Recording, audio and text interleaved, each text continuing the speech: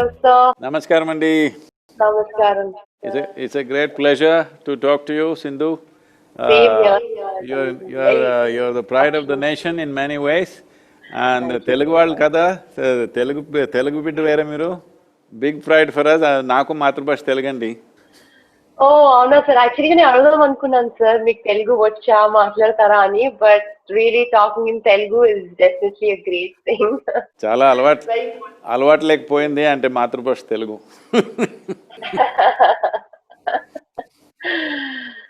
ఎలా ఉన్నారు సార్? నేను బాగున్నాను. చాలా సార్లు అనుకున్నాను సార్ వద్దామని కోయంబత్తూర్కి, బట్ అవ్వలేదు. బట్ తప్పకుండా నేను వస్తాను, మిమ్మల్ని కలుస్తాను అనుకున్నాను. ఈ సంవత్సరంలో రావాలి మీరు. తప్పకుండా. Within this year you must come. Yes, I will, sir. Definitely. కొన్ని questions ఉన్నాయి sir. I wanted to ask you few things. I wanted to know. So, firstly, it's a great feeling talking to you. And ఇప్పుడు మనకి we all are on standstill ఎందుకంటే ఈ virus రావడం వల్ల COVID-19, we all are at our homes. So as you know, mana nature ఇప్పుడు ప్రస్తుతం, definitely I am a nature lover, sir. I feel that a lot of I whenever I'm out there, నేను మా ఇంటి బయట garden లో తిరుగుతూ, I just feel that I have that peace. I'm very peaceful. So మీకు తెలిసినట్టుగా ఇప్పుడు ఈ COVID-19 వల్ల we have noticed a big dip in pollution levels across the world. And the rivers are cleaner, air is freshener, and we are producing less waste.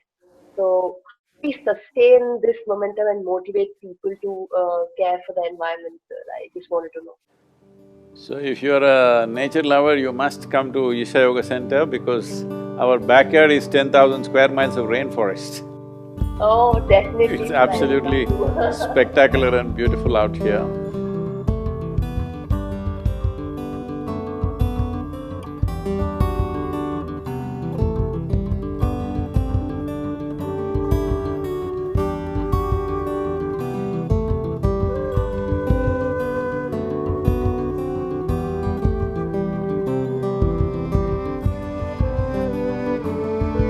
Well, in the last 40 years, I have stayed home for more than 40 days for the first time because of this virus. Thanks to the virus, unfortunately it's taking lives, otherwise it's a beautiful opportunity for me.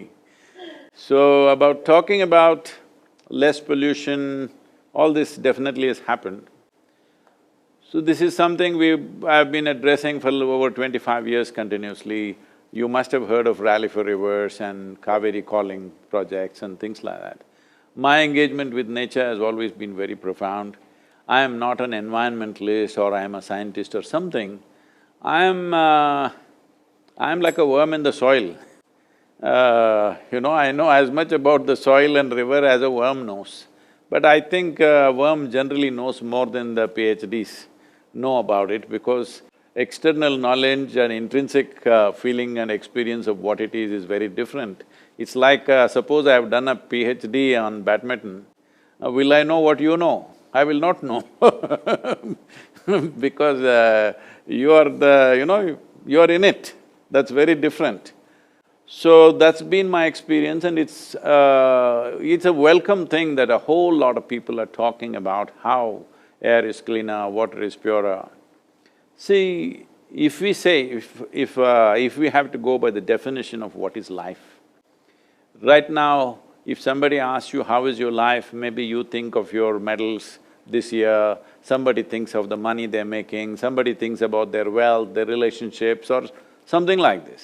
But essentially life means within ourselves, because this body is made of 5 fundamental elements of water, soil, fire, air and space. Life essentially means how wonderful is these 5 elements within you. Right now we are talking about 5 elements around us. But if 5 elements around us are not in a very good condition, they will not be in good condition here either, that we know that. So now people are experiencing, even in Delhi, you cannot see the air anymore. Delhi was one place where you could see the air that you breathe. So, these things are happening, it's very good, but we need to also understand we shouldn't get too excited about these things because you cannot create an ecological or environmental difference without a long-term commitment and action towards that. So, this short-term thing, 6 weeks we've closed down everything, everything seems to be okay.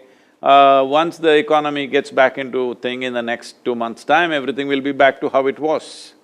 Because there is no fundamental policy change, there is no fundamental attitudinal change, or there is no industrial revolution which is taking us from polluting industries to some other dimension, nothing like that has happened. So it is just that we've been locked down. So the simple thing is the human footprint has been minimal. Because human footprint is minimal, everything seems to be doing better. So this is something continuously I'm talking, and because of this one thing, all major religions have been against me. The Hindus are against me, Muslims are against me, Christians are against me, because I've been saying without reducing human population, there is no way out of this situation. Because right now we are 7.6 billion people, United Nations is estimating we will be 9.7 billion people by 2050. If 9.7 billion people are on this planet, it doesn't matter what wealth we have, what money we have, what education we have, we will not live well, no matter what. So in a way, we are living as if we are the last generation on this planet. So now this virus has come, reminded us of our mortality in a strong way. So this is definitely the time to think, instead of making these kind of predictions that by 2050 we will be nearly 10 billion people, why can't we have a plan, by 2050 we'll be 3.5 or 4 billion people? If you do not reduce the human footprint, no matter what technology comes, what decisions we make, nothing is going to work because it's a human footprint, essentially. So, because we need to understand, in 1947 when we got our independence, we were only 33 crore people in this country. And average life expectancy of an Indian was 28 years of age. That means I must be dead by now, only you can be alive.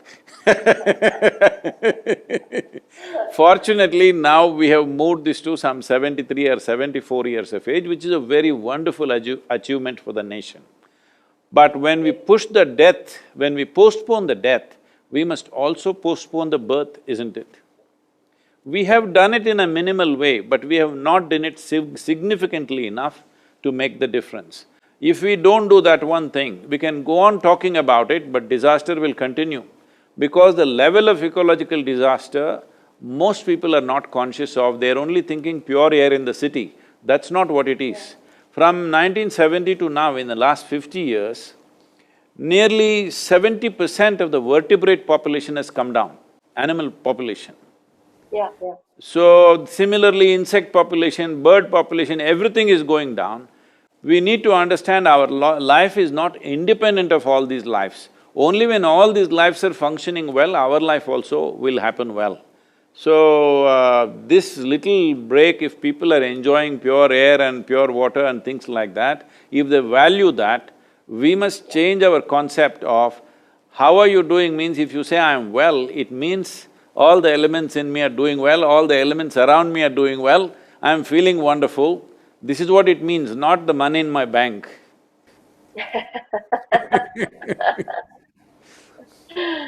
True, sir. I agree to that, and definitely adding to that, sir, are you a river person or like a mountain person? I know you've been like traveling and doing these rally for river things, and definitely it's a great thing. And I just wanted to ask if you are a river Mountain person person or or… river… See, I can't live without mountains.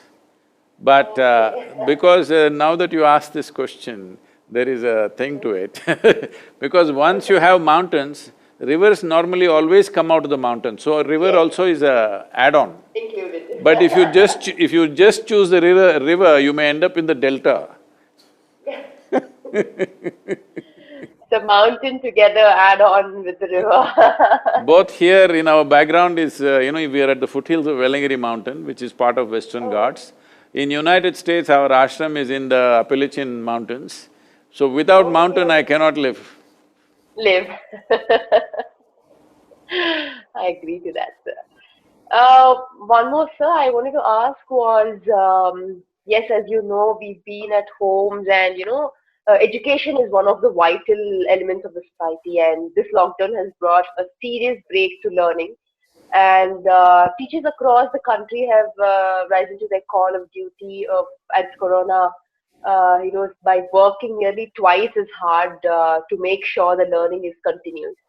They are teaching children online on Zoom calls or Google calls and are taking care of their homes. So, what message would you give to the teachers of our country? Because I know, before there were schools and there were teachings, but now it's become much more harder for the teachers. So, what is the message that you give them? Well, this was bound to happen. I've been predicting this for the last 6, 7 years, that the schools will become redundant. But this is been my wish since my childhood that school should become redundant. I went to school only when it was absolutely necessary. Considering your sport, I think you are also my kind, you have not been to school much. Yes, sir. Not regular, yeah. So, our idea of schooling is coming from Manchester version of industry, mass production, everything. So this is a English version which we took on. They are changing their education, but we are not changing ours in India.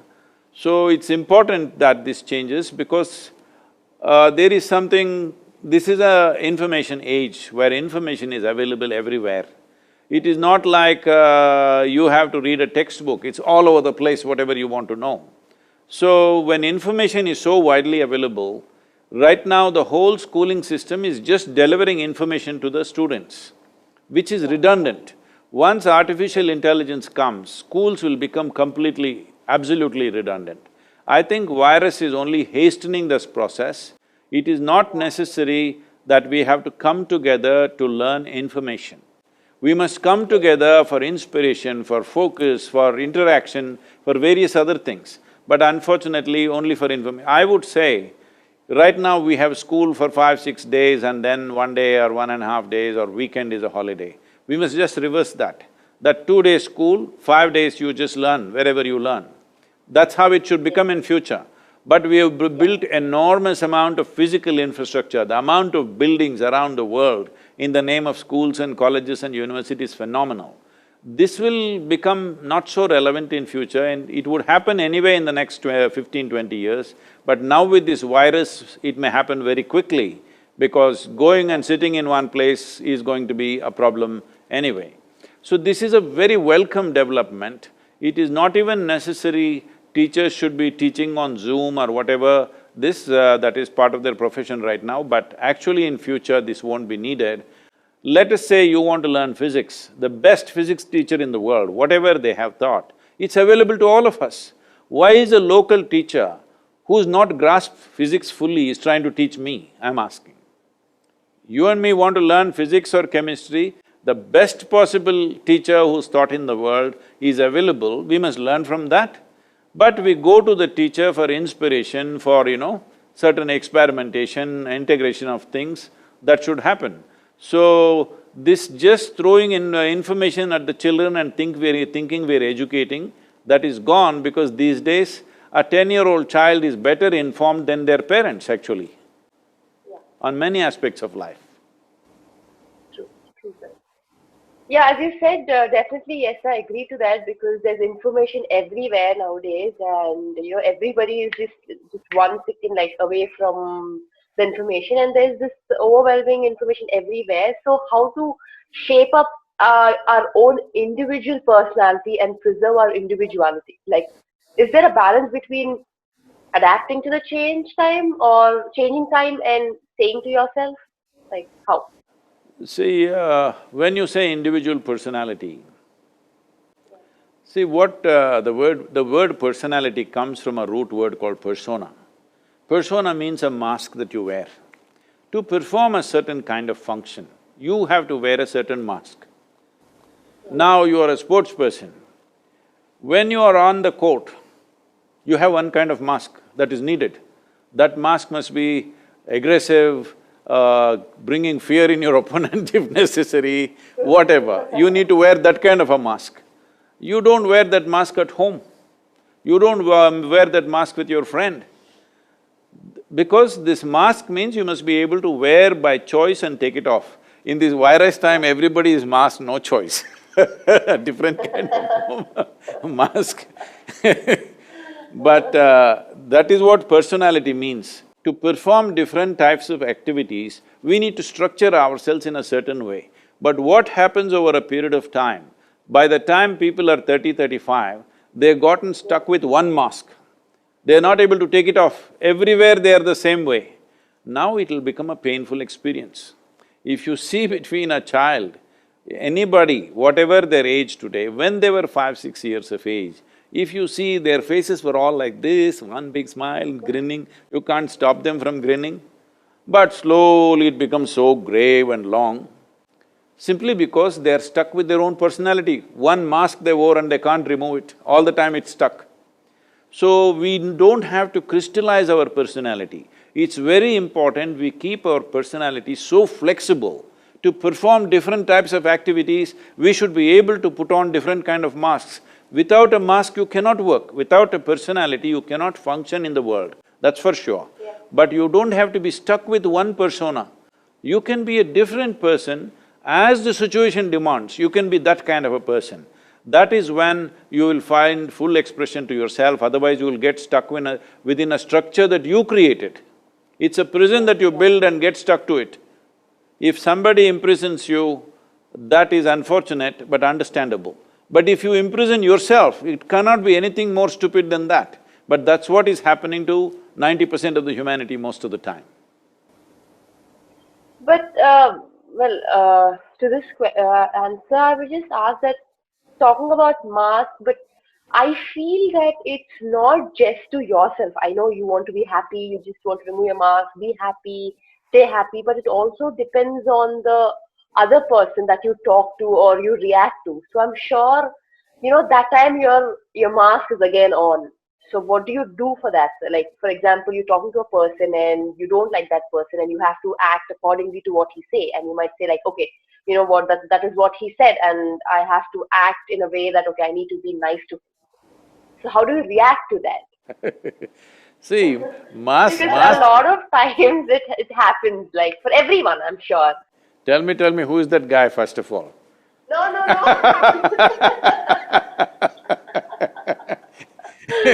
No, This sir, is going to be news in the country, huh?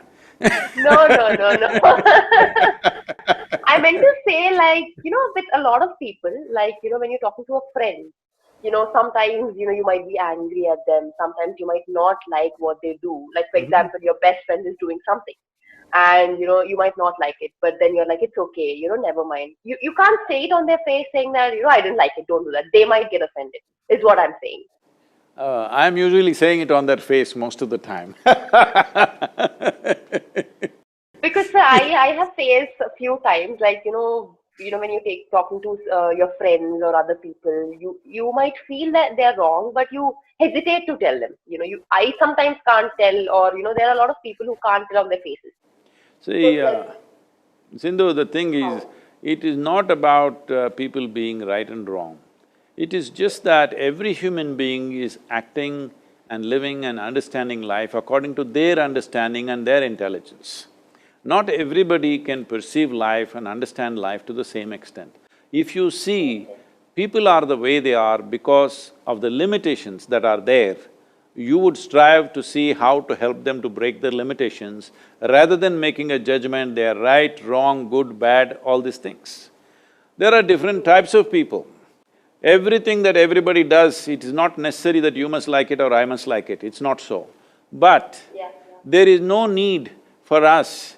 If you wear a mask to perform a certain function, you are still who you are within the mask.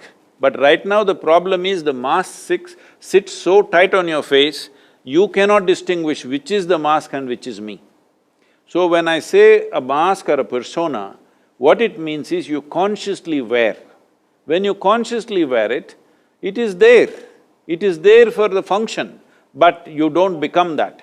See, when I say you don't become that, right now, you're a tall girl. I saw on any podium you stand, you're like taller than anybody. So you were not born like this, you were born just this much and now you became this much. This is just accumulation, body is just an accumulation. Similarly, what you call as my mind, my thought, my emotion are accumulations. What we gather belongs to us, cannot be us, isn't it? It is not us. Right now this clothing, it may belong to me, but it can't be me. Similarly the body, similarly the structures of the mind. If we become conscious of this, what is me and what is not me, if this one thing everybody settles within themselves, if they are conscious of this, all these are not an issue. We will use this body, we will use this mind to the best of its capabilities and that's all. Especially for you as a sports person, using your body and mind to the best of its capabilities, all that matters in the end. So right now, you yourself would have noticed, as every human being would have noticed in their day-to-day activity, because you're a sports person, I'm saying for you, because the consequence of you not functioning at your best is immediately right there. For others, if they don't do something well today, it may take 2 years before the results come to them. For you, it is immediate. There's a bad shot right there if you don't function well at that moment. So because of that, it is far more easier for you to notice this, that how many times in your life, your own thought, your own emotion, your own ideas and opinions become a barrier to your function. So, in the world, there are many challenges. Right now we are in a very challenging time, all right? But you yourself, your own faculties, your own thought, your own emotion, your own functioning of your body should not become an impediment in your life. That is the most important thing every human being should do. What the world will allow us to do or not, we don't know. It depends on the times we are in. See, today, because you're in 21st century, you're wielding a racket, but probably if you were here 1,000 years ago, you would be wielding a sword or something else, you know. I'm saying it is the times which is allowing us to do what we are doing. So, at this time, as there are possibilities, there are challenges. In this, if an individual human being is here without making our body, our thought, our emotion, our energies be a challenge by itself. If you just remove this one challenge, in your life you will perform to your best. Your best will be the best in the world, we don't know. That is subject to various realities. But the important thing is whether I am the best in the world or not is not important. To your best, you're always on. You are never a barrier to yourself. Other barriers in the world we will have to cross. Well, yes, sir, I agree to that. But at the same time, when we play, I'm a badminton player, and a lot of people say that when we lose sometimes or when we are disappointed, when we lose a match, people say that it's okay, you've done really well, you are a great, you're a great player, you're a good player. So people say that, when playing, when I'm playing a match, people say that you shouldn't be too much thinking that, okay, I'm a great player, I can win whatever match, any match I play. And you shouldn't be overconfident, but you should be confident. So what is the difference? People say that you shouldn't be overconfident.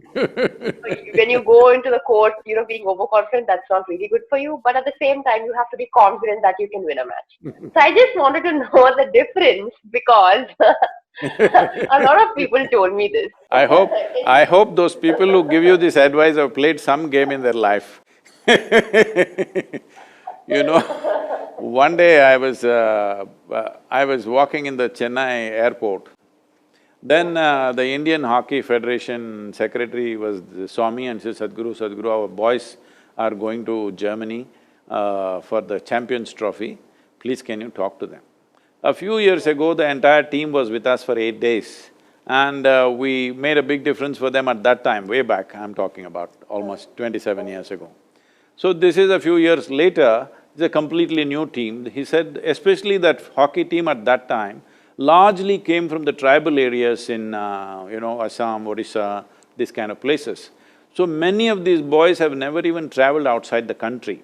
For the first time, they're going all between the ages of 18 to 22, most of them. Only 2-3 senior players, everybody else is very young, first time they're going into an international trophy. But They're good players, they all come up in that Tata Academy of Hockey, whatever that is, yeah. They're good players, but they have no exposure, they're fearful. So I went there to speak to these boys. And they had one psychologist, somebody they had invited to speak to him in the airport. They're just about to board, let's say in another hour they're leaving. So this guy is telling, they… what, maa baap ka izzat, aapka… this… I can't repeat these words, he's saying, your parents… this thing, their honor is upon your shoulders. Desh ka izzat aapka this mein hai, sir mein hai, something he's saying, okay? So these boys are just looking open mouth. 1 billion people's expectations is killing, huh? Nobody can carry it on their head. So I looked at this torture they're doing to these boys, and then they asked me to speak. I asked these boys, do you like to play hockey? They say yes. Then I said, I'm sure. I played a lot of hockey when I was young. So I said, I'm sure you can't play hockey. You don't know how to play hockey. Then suddenly their pride, he said, no, we can play hockey. So we took a stick and a ball and dribbled around a little bit in the airport. And then I said, I don't think you guys, you all gummards, you come from tribal land, can you play hockey? You don't know how to play hockey. Then they said, no, we can play hockey better than anybody. Then what is your problem? If you can play hockey, put the damn ball in the goal, that's all.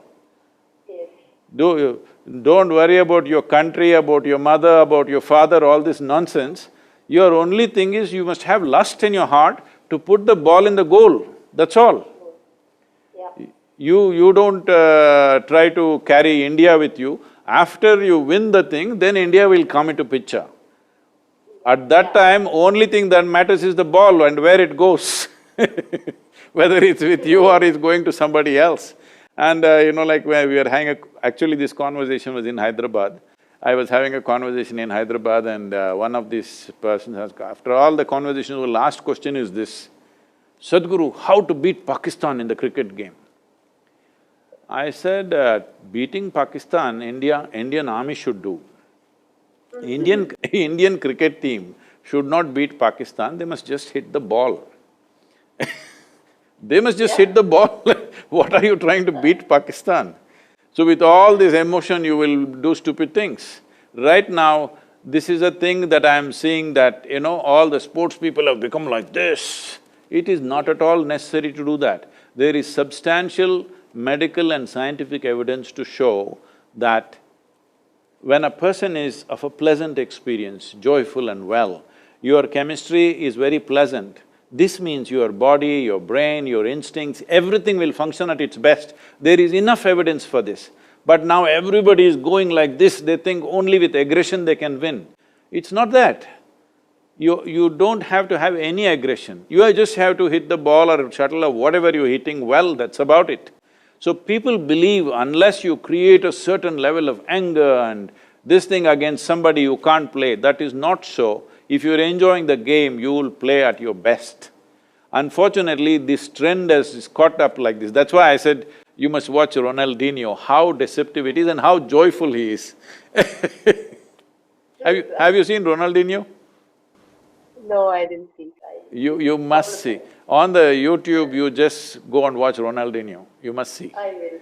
Because I thought in your game, everything is fantastic, no deception, you're too direct. Yes. I agree to that.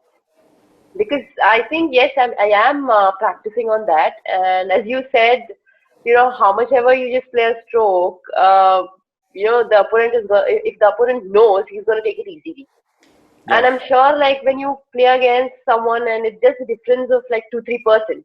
But I think if I improve my deception, as you said, definitely I'm gonna raise, some more percent higher. And I think, talking about tall people and, me having that good reach, as you said, yes, definitely I have to utilize that and, I'm definitely gonna improve a lot more if I really focus on that. Yeah, today morning I watched you playing. Did you find any mistakes, sir? Like, No. do you have any… See, what I'm seeing is, you're playing with a Japanese girl. Yeah. whatever her name. She is… I mean, Okuhara, yeah. both of you are international classes of players, there's no… It's not for me to teach badminton to you, but what she's covering with 1.5 steps, you're covering with a single step, the space. Yes, yes. I mean, don't take me wrongly, I'm not saying anything that way. No, no, no, no, no, no, You're actually built for tennis, but you're playing shuttle. I'm saying it's a much smaller court compared to your tennis court. So you covering it so efficiently and it's much easier for you to do that. But a shorter person is always much easier, a smaller person always is much easier to bend, fold their body and get it back quickly. A taller person always has little more difficulty in folding the body and unfolding the body. So always it is important that you don't waste those, those folding the body kind of shots for your opponent when the person is short, because they will easily take it. In your mind, because you're a tall person, it's so difficult for you to go down and take it. You give them those shots, they will take it because they're so small and they're effortlessly going there. Apart from this, see, there are 5 elements in our body: water, air, fire, earth and space. This is called Akash. There is a certain dimension of energy in the human body, the way it functions. The dynamics of yoga is related to these 5 elements, it's called Bhuta Shuddhi. That is, if you cleanse these 5 elements in a certain way, your body will function at its best. That includes… when I say body, in yoga there is no mind and body separately. Mind is also a mental body, everything is body, that's how it is seen. There are certain simple ways that you can enhance the dimension of Akash in you, where if you do this, your ability to perceive will be such, if you can read the opponent 1 second ahead of their own intent, suddenly you will have a huge advantage over them. You must do that. There is simple things. I can either send someone to you, so you can learn, but if you can come here for 3 to 4 days, we can do a good job on the whole thing, because I feel just that one thing. See, you are able to play better than them on many… when I watched a particular match which you won, that is the world championships or whatever, in a very dominant way, what I saw was that girl has to take nearly 2 steps to match your 1 step. So you're clearly using that advantage. But there is no deception, and your ability to read that girl is simply logical, it is not intuitive. If an intuitive reading comes into the thing that you know what she's going to do before she does it, you will be definitely a few percentage points ahead. These things are not just natural and accidental, we can also cultivate them. See, every human being has this. I'm sure as a sports person at that level, you have some intuitive way of looking at things, but it can be cultivated. As you have cultivated your body and your skill of playing the game, you can also cultivate your intuitive nature so that you're able to see what's going to come now. Just 1 second advantage if you have, nobody will be a match. I'm particularly concerned because the shelf life of a professional athlete is so small, you must exploit it fully when you are there. Yes, yes. I agree to that, sir, completely, because I think, as you said, deception and knowing, one second ahead of your opponent, I think that will definitely make a huge difference in my game. And as you said, I will definitely come visit. And I will only come and with my family and stay there for a couple of days, and I'm definitely gonna enjoy it, because I was thinking for a very long time that I would come to Coimbatore, but after this lockdown or whatever, I'm definitely gonna come there. So I'm sure I will enjoy it, because as you said, rivers, mountains, and a lot of nature. I think it's gonna be great. So as you know, I've been traveling all around the world, and I've gained a lot of knowledge from a lot of people, and I've been seeing everywhere around the country, a lot of things happening. But I think, mostly I see there's been a lot of difference in the people on how they greet each other. A lot of importance is being given, like, to the physical appearance these days. Like, for example, on their appearance, on their wealth, or like, for example, once my cousin returned back from abroad, and then people, instead of his friend, instead of asking how you were, he's just like, oh, you became so fat. I mean, the physical appearance, like how do you deal with these things? Like nowadays it's become a lot more. No, no, what is your weight is just as good a question as how are you?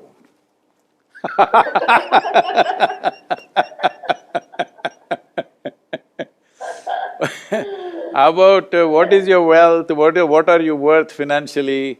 Well, you're in Hyderabad, huh? That doesn't happen everywhere, but Hyderabad. Which car are you using? Like a lot of things, not one or two. Yes, see the thing is, we went towards market economy. Market economy is fine because other financial arrangements that we tried to do in the world didn't really succeed for whatever reasons. So this has been a reasonably successful model, though it leads to a lot of exploitation of environment and also people in many ways. But this has been the only successful financial model on the planet. But we did not understand market should be in the marketplace.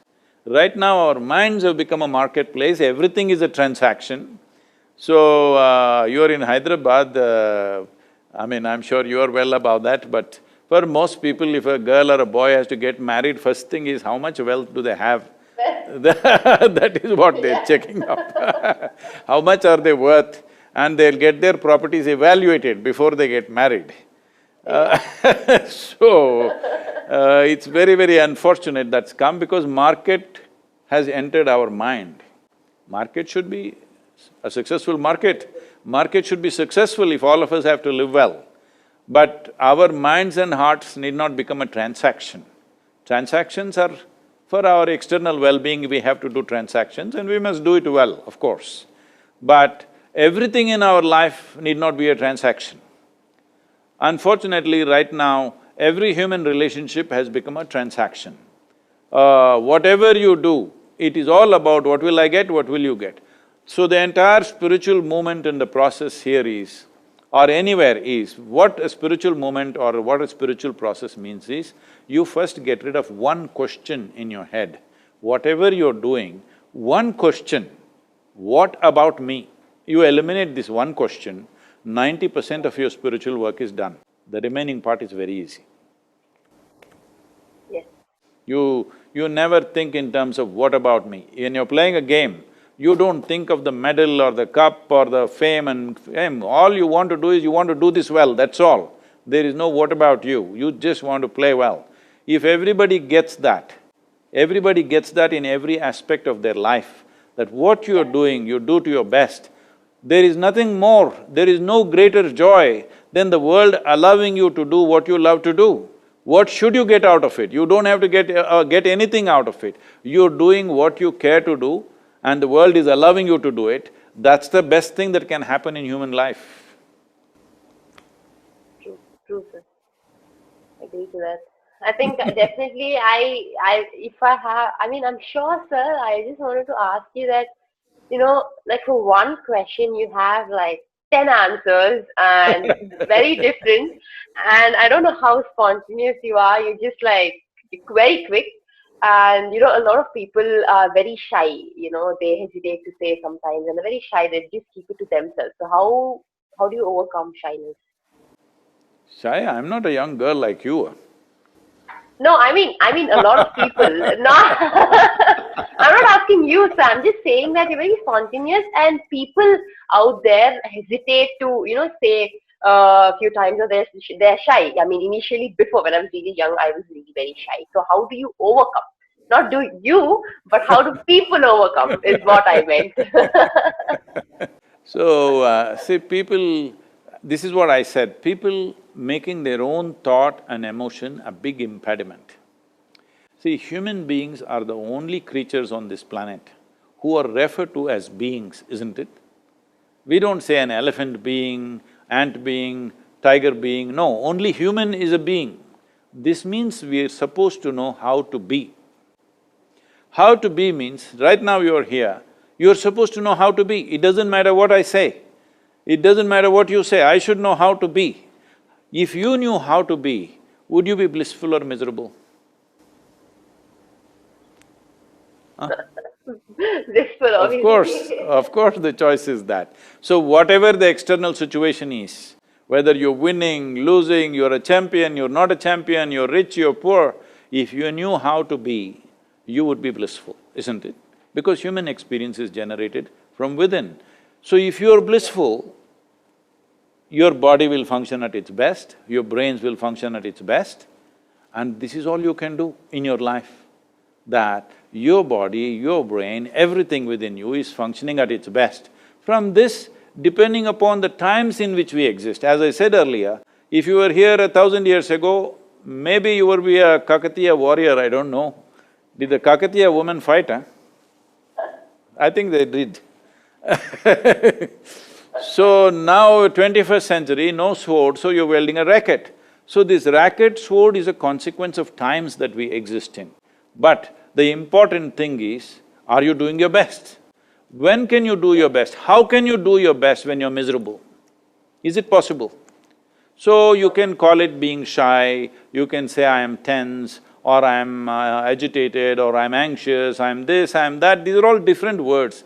Essentially what this means is, your intelligence turns against you for some reason. When your intelligence turns against you, no gods in the world are going to help you, that's for sure. It is very important, everything that you got, if it functions for you, in spite of that there are challenges in the world, isn't it? You are a sports person, there are crucial moments when you know even if you play to your best, something doesn't work. Hello? Any number of times, isn't it? Even if you think you're doing your best, well, either the other person is better than you or something is not working, something doesn't happen the way you want. Because the more you take yourself to a peak, the more you notice it, that the difference between success and failure is such a thin line. People think successful people come from one set of stars and failures come from another set of stars. No. Between success and failure, the line is so thin, it's a silk thread. One moment you fall this way, one moment you fall that way. For this, when this is the nature of life, you must know how to be. You know how to be means just this. What is it that makes a person shy or confident or whatever? Confident means you're stupid, shy means you're lost, you know because confidence means what? Where there is no clarity, you're trying to build confidence. You don't need confidence, nor do you have to be shy, because what is needed is clarity. If you see everything the way it is, absolutely, then you don't need confidence. You will do it to the best of your capabilities, that's all.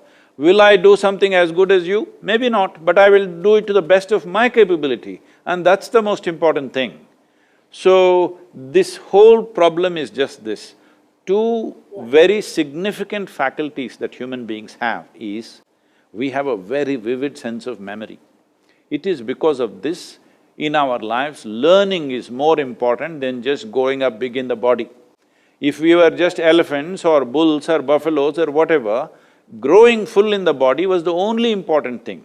We also have to grow, but in our life, learning has become more important. Why? Because we have such a significant sense of memory.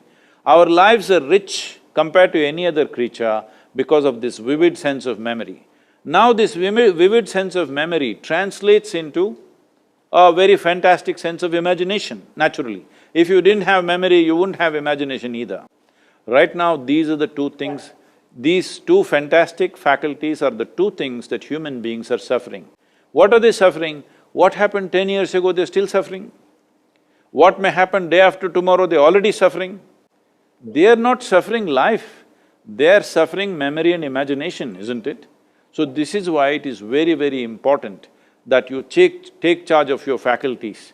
Why like when everybody is talking about God and this and that, I'm talking about religion to responsibility, talking about engineering yourself into the highest possibility, because this is the whole thing, that most human beings are an impediment by themselves.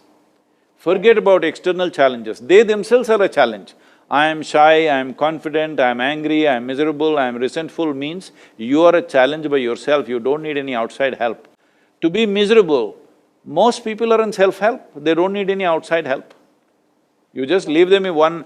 See, right now this lockdown time, just being at home they're suffering all kinds of things. I was in conversation with some police officers, some IPS officers, and they are saying the domestic violence has gone up in a big way. In Chennai, domestic violence has gone up in a big way. What is this nonsense? All these days you were crying that, you don't get enough time with your family, too much work, this, that. Now when you have time with your family, you're beating each other. Yes, sir, I think you're right, definitely yes. Well, there comes the superstition, obviously, when you said that, you might…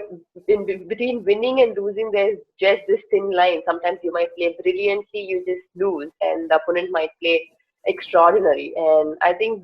do you believe in superstition, sir? Do you believe in luck? I believe in… I always make sure I'm lucky. Okay, okay. You should also make sure, for your sake, for the country's sake and for all our sake. We are all your fans, so you must make sure you're lucky. Don't wait to be lucky. I will teach you how to move the stars a little bit. Yeah, please, sir, please. I'll ask them to send you a link of In Engineering online, please do that, it's 7 powerful sessions. You do that, you will understand how to move the stars. Definitely. Thank you, So Sindhu. sir, one last question. A lot of people when they start this, new project, or when they want to start their new work, they think that, okay, this is a good day, or you shouldn't start your work on Tuesdays, or Saturdays are not good, you start on Wednesday or Thursday. So, how do we know that? People say that, okay, this day is good, this day is not good, we have to start this particular thing on particular day. So what do you have to say about it? See, these are all people who do good things once in a way. If you're doing it every day then every day is a good day. See, most… So I take it as every day is a good day. No, whole lot of people are successful by chance. Yeah. Not by their own competence, just by chance. Because their father was influential, they're successful, because they had a bag of money, they're successful, because of something else, they're successful. If you were successful because of your competence, you wouldn't look at all this.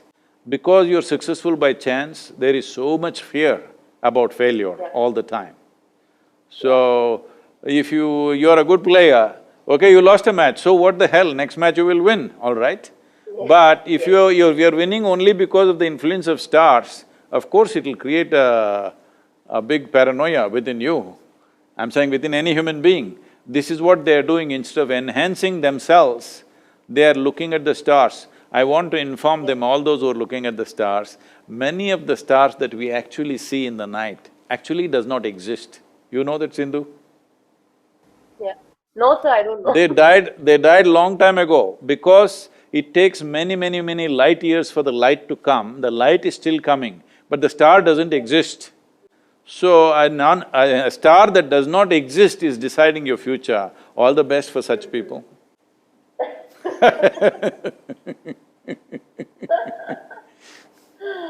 You just see the shuttle, don't look at the stars. No stars, only the shuttle, yes. I am lucky, I have to say I am lucky. I was just thinking when you said shuttle, just 3 days ago I did a painting for a feather, of a feather, Okay, just a single that's feather. nice.